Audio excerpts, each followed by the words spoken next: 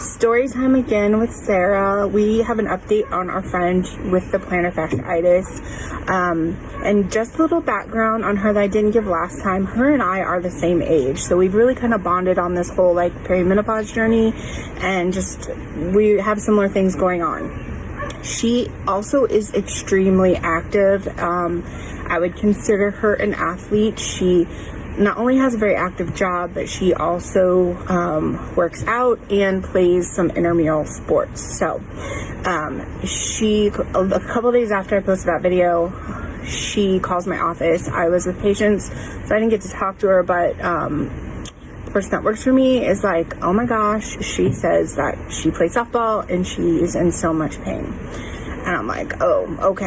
We couldn't pair up on times. I didn't have times available that she could come in, so then she came in the next day. So the next day she's telling me about the game. It was a great game. She got like an in-field home run, so she really had to run fast. It's not like she hit it out of the park or anything.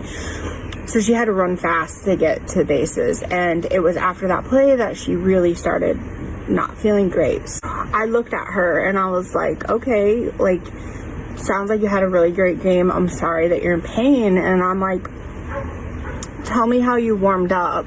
And I knew the answer. And so we both looked at each other and laughed, because like, who actually warms up for a softball game? And especially intramural adult softball games, it's usually like they're doing shots in the dugout. So I told her that she might have to be that weird person on outside of the dugout doing high knees, getting ready for the next batting or play or whatever. She's gonna have to be that person, stretching and doing weird moves on the side so that her body stays warm, so that she doesn't injure herself.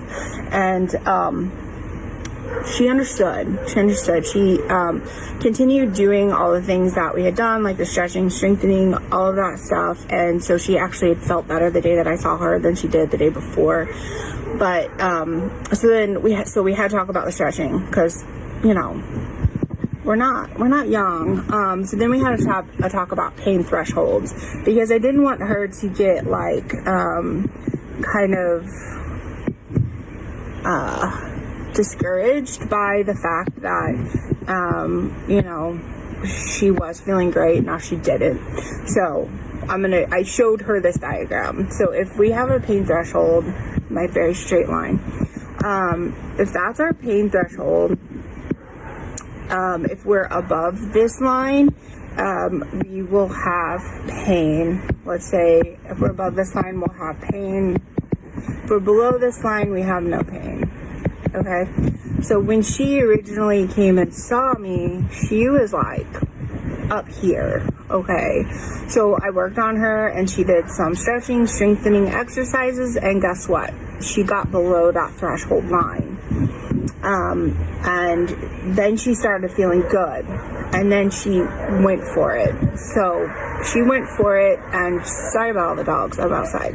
She went for it and she pushed herself up above that line again. And maybe she wasn't even as high as I'm like saying, but she definitely pushed herself above this line. And so I told her, like, you're gonna go up above the line, and for a while you're gonna really teeter close to this line, but what we want to do is to get you farther and farther from the line, so that when you have your ups, you're still below the threshold, if that makes sense.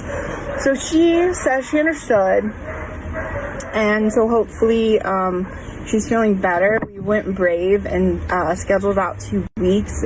She knows that if she needs me before, then she can call. But yeah, so fingers crossed. And also, just so you know, healing, sorry, now my dog is barking. Healing's not a linear pathway, so it's an up and down thing. And I hope you guys are doing good. My dog's getting on to me, so have a great night. Thank you.